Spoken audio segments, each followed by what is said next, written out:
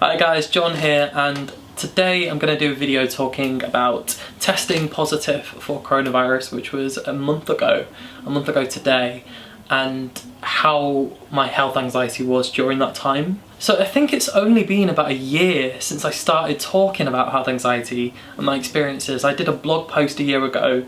The response was overwhelming because I didn't realise how many of my friends and how many people I know actually experience health anxiety.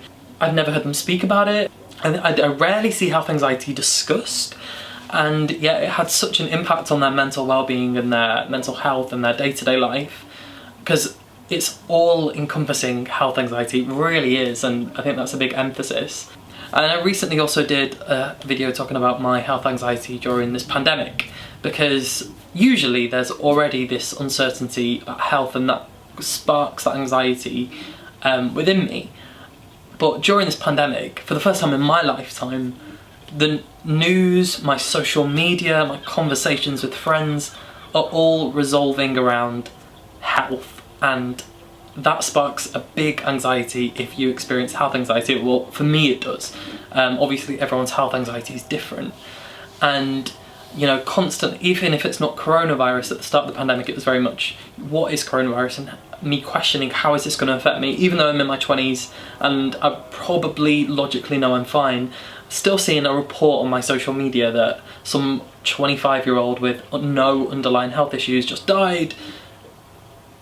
Immediately I remember I was up all night researching that, and I have asthma, but not bad asthma, but I have asthma. I had it bad when I was a kid, and I was constantly thinking, am I in a high risk group, and how scared should I be for this? And then obviously my family, how scared should I be for my family and my friends?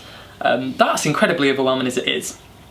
But then that on top of, I see news articles every day at the moment of the NHS being overwhelmed and cancer patients not being able to get their treatments, and lots of different illnesses waiting times being higher than they usually are, because that's a big anxiety for me usually.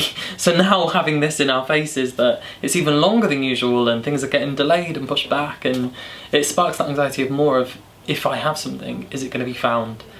And that's something that was always sparked an anxiety for me. Not catching something in time is very scary. And I'm not sure if anyone else watching this, if you experience health anxiety, if you feel like a similar thing. But for me, when I did CBT talking about health anxiety, that came up a lot as a root of my health anxiety, and it was the fear of not catching something in time, which is so overwhelming and a big burden to carry, and I'm not going to get it into full detail now. So I was rehearsing for a play at my drama school. We're doing our MA, which is sadly been cut short now due to the coronavirus, but that's another story.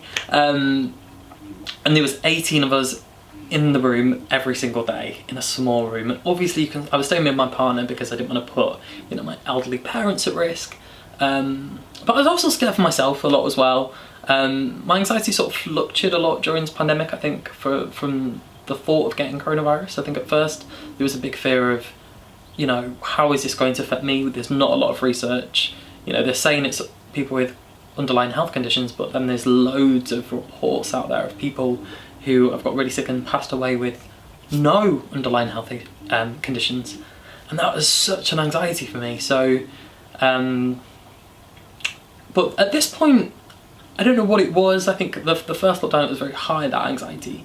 It had calmed a little bit, but it was still very much in the back of my mind. I remember in July, I had sort of like a panic attack when I was sort of in a contact of someone through someone who had tested, who had coronavirus symptoms, and I remember I had, with my partner, like a big panic attack over thinking of, am I going to get sick? And it was very overwhelming. I was messaging my friends. A lot of my friends were very worried because I was up all night, and I was, messaging, and I was like, am I going to be okay? Constantly trying to get that reassurance.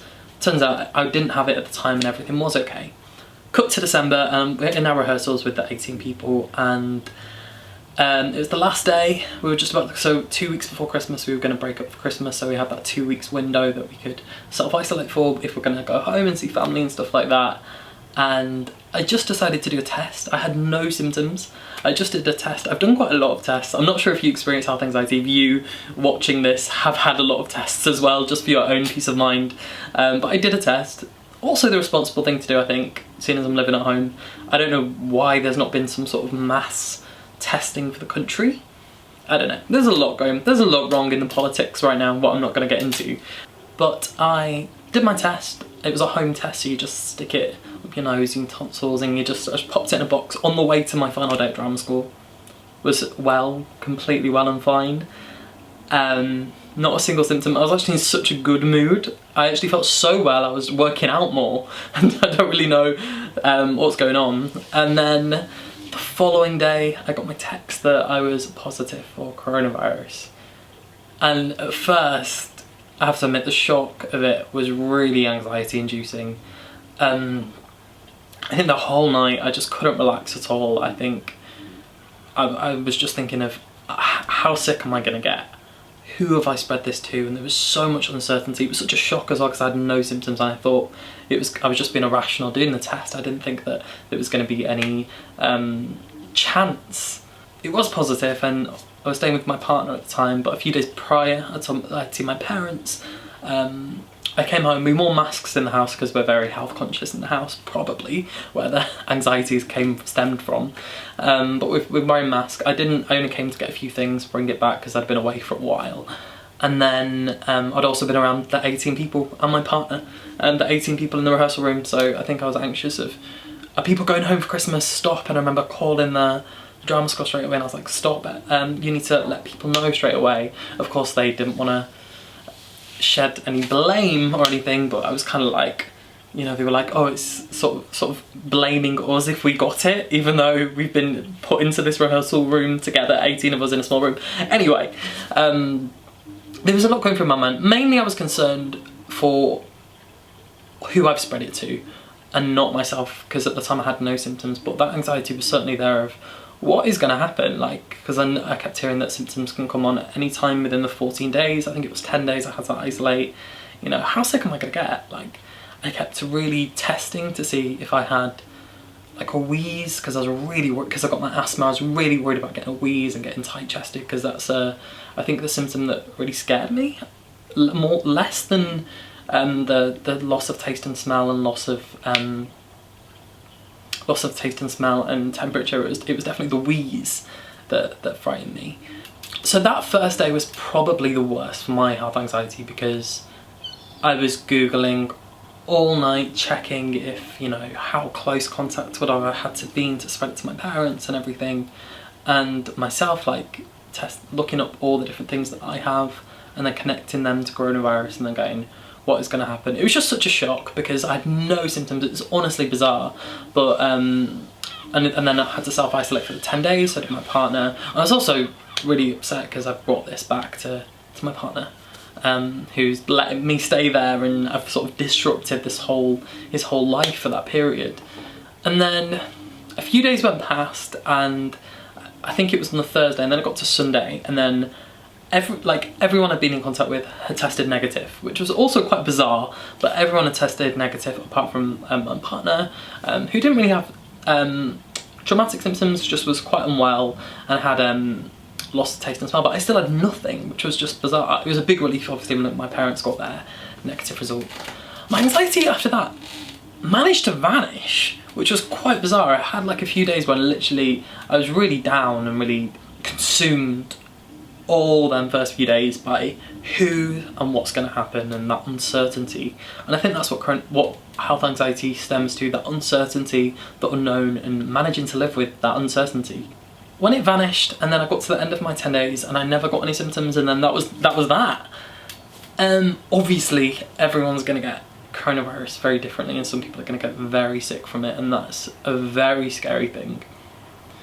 But I think something to take from this was I was okay, and I'd done all the precautions before and since, both to avoid getting it.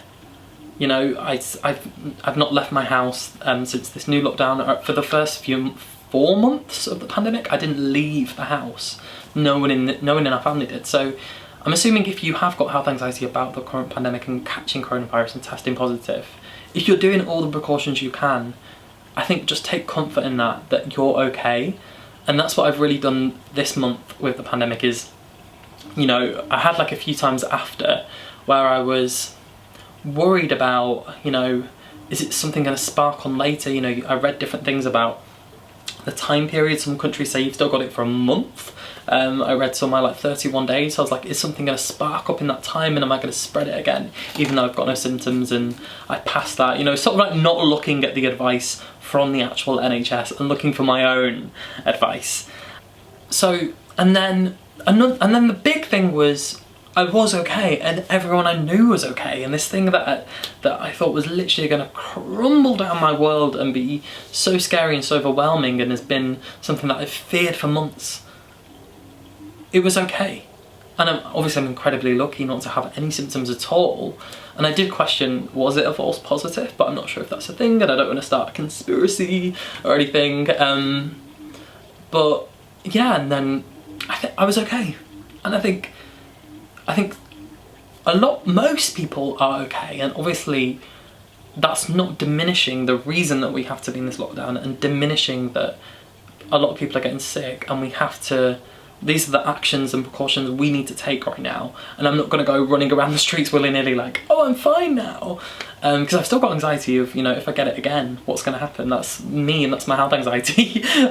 But I've got a comfort in that I was okay, and that, you know, whatever new variant or whatever comes, the world didn't end, nothing crumbled down in my own life. The worst thing was the anxiety. And I think that's so key and so important in this story, and something that I learnt myself. The worst thing was the anxiety. Worse than any symptom, worse than anything else was the anxiety. So I think that was just a really key thing. You know, if you get symptoms or not, the anxiety is just going to make any symptom, any situation, probably symptoms too, worse. You know, I didn't feel ill, but I felt drained from, I had energy to do a workout, so I knew I wasn't physically ill. I was still working out during the whole 10-day period, which was bizarre. But I had not, obviously in my partner's apartment, but I was drained in a sense. I was drained from the anxiety and being anxious and it being on the back of my mind. So that being the worst thing of me catching coronavirus was the anxiety. And I think that's set some comfort for me since that, you know, obviously I was questioning how long have I got this immunity for, and do I have immunity and all of these other stuff, but it's relaxed my health anxiety for coronavirus a little bit.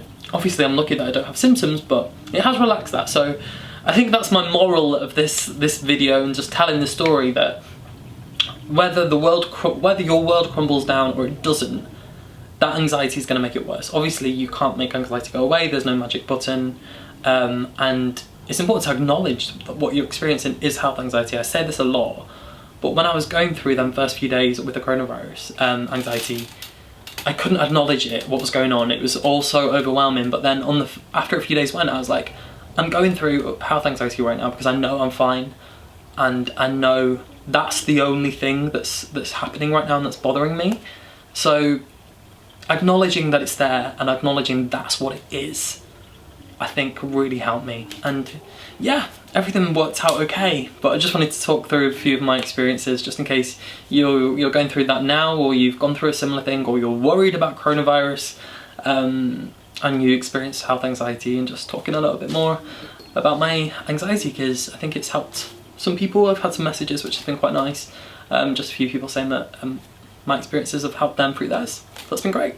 So thank you for watching. Please subscribe. Check out, I did a cover of Hearts Beat Loud. My new band has a new track out called Forget as well, called China Moon Forget, if you YouTube that. But subscribe, give me a comment, check in to see how you're all doing, and thank you for watching.